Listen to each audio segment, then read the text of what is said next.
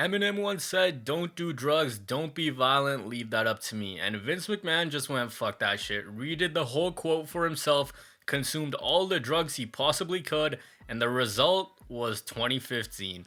Ah, yes, 2K15, the year where the dress was everywhere, the year we went from Rick rolling to Cena rolling, and the year where WWE was flat out just confusing. 2015 in the WWE was one of the biggest mishmashes of utter randomness that I've ever experienced as a wrestling fan. An amazing Mania, some fun title reigns, the push for new superstars, and then just the most random matches and creative decisions you could possibly think of. Add to that the year was a PR disaster for the company. Let's not forget they named a women's trio after an adult film group. Many of us had to unfortunately bear witness to Seth Rollins' architect.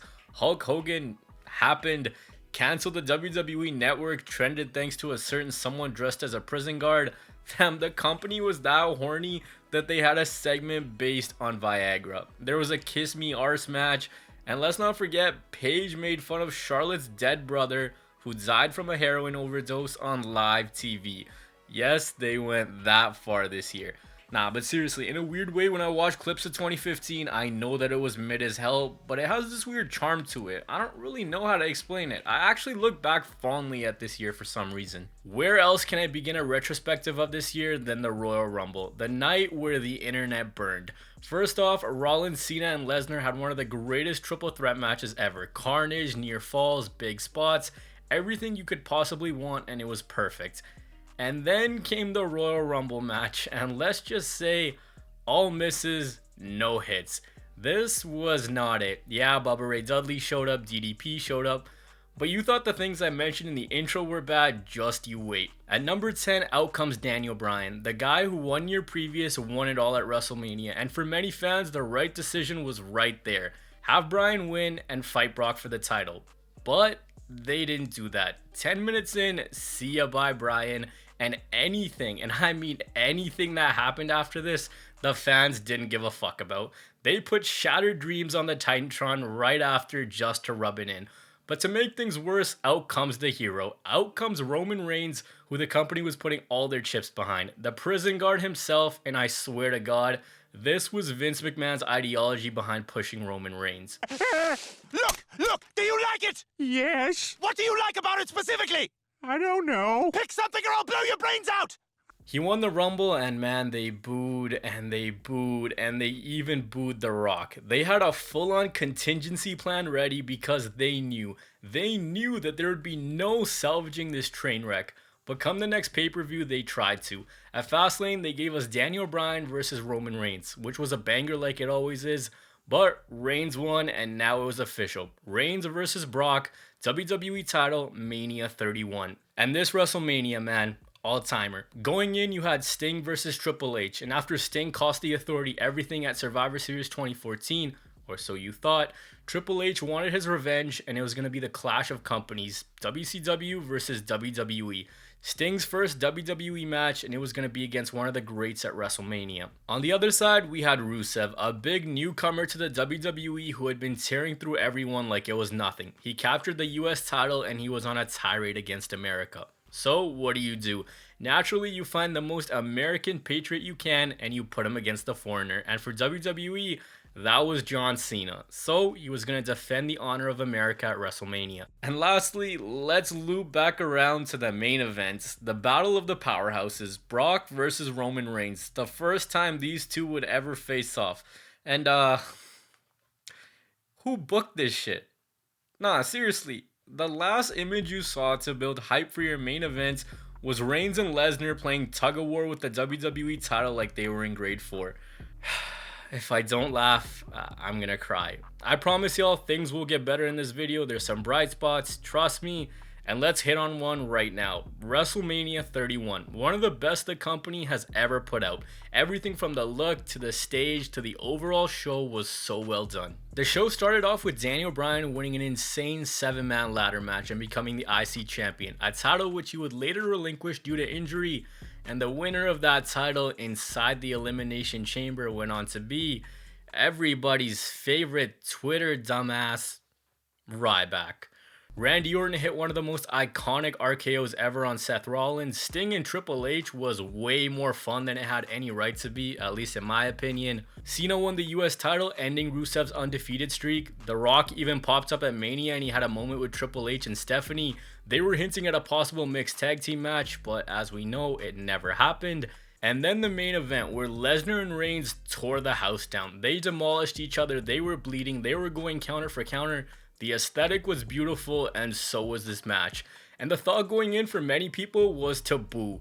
Boo this shit, hijack the match, but they couldn't. These two had everyone genuinely engaged. But right when both men were out he came. Out came Seth Rollins, cashed in the Money in the Bank, pulled off the heist of the century, delivering one of the greatest WrestleMania moments ever, and ending WrestleMania 31 with a genuine surprise. I've never seen anyone hate this Mania, and honestly, how could you? It was legendary. And then the following night, we had one of the most loud and fun Raw after Manias in my opinion. Yo, I don't know what it is, but the crowds just aren't like this anymore. Even the night after Mania crowds, I feel like something's been lost. It's actually insane. It's like even the Raw after Mania crowds, they just aren't this hype anymore. Here they were rabid, they were fired up, they were crazy, and they're just living their best life. But now it's like, oh cool, Raw after Mania, nice. The night after WrestleMania is what began John Cena's United States Open Challenge, and you can hate Cena all you want, but you can't deny that this run was an all-timer. After getting passed around like Haley from high school, the US title finally had a legitimate superstar behind it. He took it to heights that title hasn't seen since. Every week it was a question as to who will challenge Cena for the title. Guys like Ambrose, Cesaro, who he had bangers with, Stardust, Ryder, Sami Zayn, Wade Barrett, who I genuinely miss as an in-ring competitor. They were all just so much fun to watch. Add to that at the same time he had an ongoing rivalry with Rusev, and that one was actually pretty fun because they used different match types. They didn't just keep doing one-on-one matches, they actually gave you something to sink your teeth into. Cena made the US title one of the most entertaining parts of WWE, and I also think he won back a ton of fans this year by kinda, taking a step back into the mid-card and just letting the main event scene flourish without him. But 1 week out of nowhere to challenge John Cena came Kevin Owens, and no one ever talks about how amazing a rookie year he had. Don't forget, this dude beat John Cena in his first WWE match. These two had bangers every single time they met, and they put on one of my favorite, and I'm actually serious, one of my favorite matches ever. Money in the Bank 2015, Cena, Owens, champion versus champion. By year's end, Owens was one of WWE's most promising stars and the Intercontinental Champion. But don't forget, when he was on the main roster, he was still the NXT Champion. And how could I not talk about NXT? This was the year where NXT made a statement. They were no longer this little developmental who was producing shows out of Full Sail. They went out, they made a global expansion, and they became one of the most talked about products in wrestling. They were signing huge names like Finn Balor, Samoa Joe, Asuka, and the roster that was coming together was just something special. This period is actually kinda overlooked in my opinion because those 2016 to 2019 years shined so bright that people forget this is what paved the way. For the first time ever, the company had a takeover outside of Full Sail. NXT TakeOver Brooklyn. This show was a legitimate sellout. It showed that there was a hunger to see something different. The cast of characters were fun and the stories they told were more simple compared to Raw and SmackDown. TakeOver Brooklyn saw one match that's very important in today's day and age, and that's Sasha Banks versus Bayley for the NXT Women's title. See, women in NXT were being given a chance. Triple H really saw something there, and the four women at the forefront were Becky Lynch, Sasha Banks, Bayley, and Charlotte. They proved that women could handle larger roles on the show and they could be just as good as the dudes. Meanwhile, on the main roster, the women weren't getting any TV time whatsoever. There was a match between the Bella Twins and Paige and Emma which lasted about 30 seconds. So fans of female pro wrestling were tired of the bullshit. They took to Twitter and they started Give Divas a Chance. It trended for 2 straight days, caught WWE's eye, and it was time to make a change. This, mixed with what the 4 horsewomen were doing on NXT, gave birth to the Divas Revolution, which would later become the Women's Evolution. Stephanie McMahon brought out 3 of the 4 women making waves on NXT: Sasha Banks, Becky Lynch, and Charlotte. And from here onwards, the women broke all types of barriers. They had the same opportunity as the men when it came to match types and the overall spotlight. and they haven't looked back since. It's been amazing. At this time, it was Nikki Bella's division. She had a 301-day title reign. Charlotte ended it, became the first woman out of the 4 horsewomen to win the Divas title, and the following year, they retired that bullshit. They brought in the women's title. Thank God. Crazy enough, the same year where all these women came in was the same year where AJ out of nowhere announced her retirement. And just imagine how much fun it would have been to have AJ in that mix of young talent. I can't say talent and not talk about this guy, Seth Rollins. 2015 was his year. After pulling off the heist of the century at WrestleMania, he had great matches with Randy Orton. The Payback 2015 main event was fun. Him and Ambrose put on a banger at Money in the Bank, which low-key no one, and I mean no one, ever talks about. That match is just flat out amazing, and he was finding the most sneaky and dirty ways to hold on to that title, but it was something fresh, and honestly, I really liked it. Now SummerSlam was drawing closer. Before that, it was Battleground. It was time for Seth Rollins to have a big challenge. Nothing bigger than Brock Lesnar. After getting suspended for killing Michael Cole the night after WrestleMania 31, Brock was back and he was hunting for the WWE title. Chucking car doors, chucking security guards, just creating all types of havoc. But when their eventual match came at Battleground, it was a complete swerve that no one expected. From parts unknown came The Undertaker. Taker was back for Brock after he ended his streak the year previous, and these two, they wanted to kill each other if it was the last thing they did. They were having locker room clearing brawls, saying that they were going to kill each other if it was the last thing they did, and at SummerSlam, it was made the main event. Brock, Taker, who was going to end up winning. Meanwhile, because of Taker showing up, Rollins was still the WWE champion, and his next opponent was John Cena, still the United States champion at this time, and these two put on one of the most underappreciated Raw TV matches ever, where despite a broken nose, John Cena still retained his US title. But for both of these men, it was about proving who was the best champion in the WWE. So at SummerSlam, it was winner take all. WWE title versus US title. Cena versus Rollins. On the other end, Rollins' former buddies in the Shield, they were going after the Wyatts. For Roman Reigns, after WrestleMania 31, his push cooled down a little. And since Bray Wyatt cost him the Money in the Bank, which Sheamus went on to win, those two were going to face off, and they had some killer matches. Another rivalry which no one ever talks about. The storyline progression in this was amazing. Be it someone new getting introduced like Strowman, surprise tag partners like Jericho, or just simple storytelling elements, both guys, they just killed this feud. So it was SummerSlam 2015, and I can't be the only one who's nostalgic for Cool for the Summer and the We Want It All ads.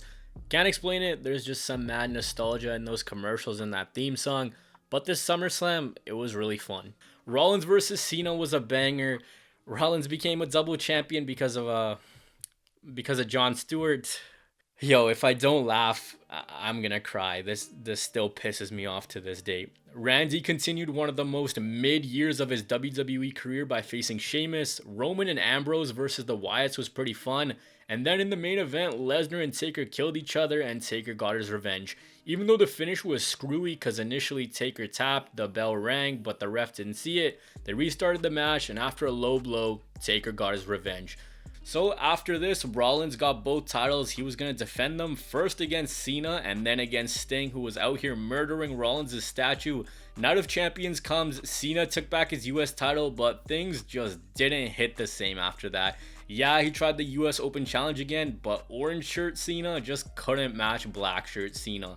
Alberto Del Rio rocked up, which is one of the randomest returns ever, won the US title, and that was basically it for Cena in this year.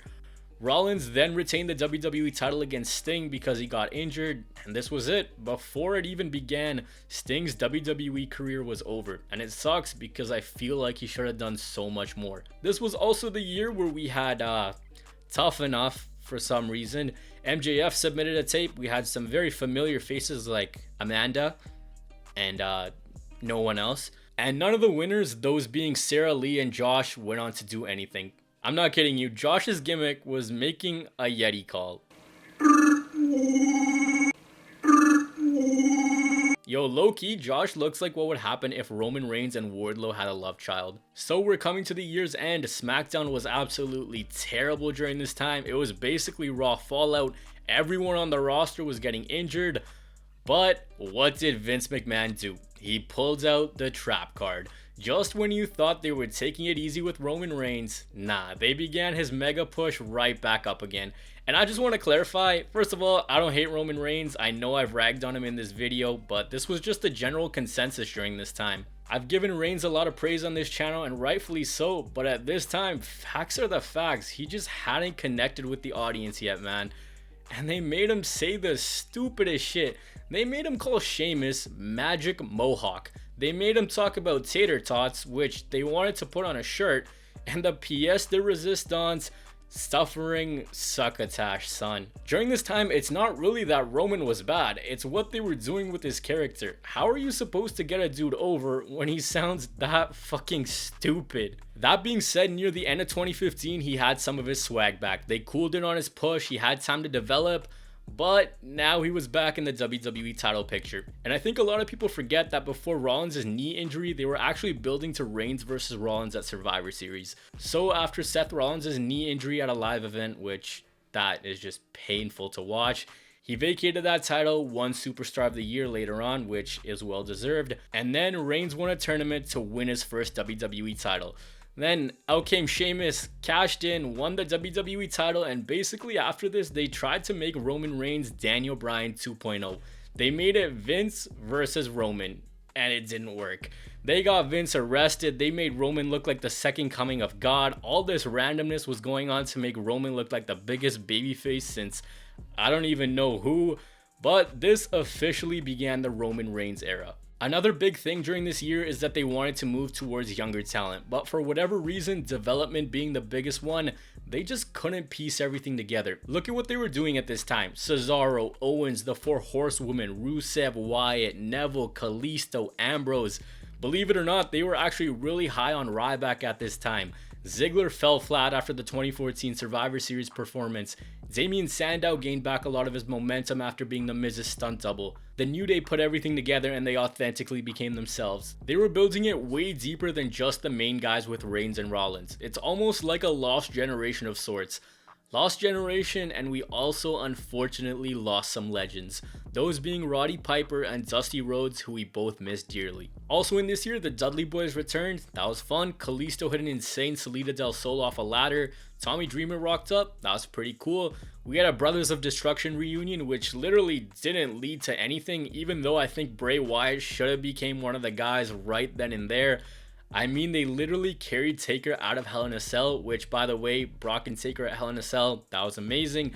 The League of Nations happened, and the WWE Network was pushed at every turn. And that's it. That's what led us into 2016, a year that so many of us love. That year always gets high praise, and no one looks back at 2015, but man, 2015 wasn't that bad.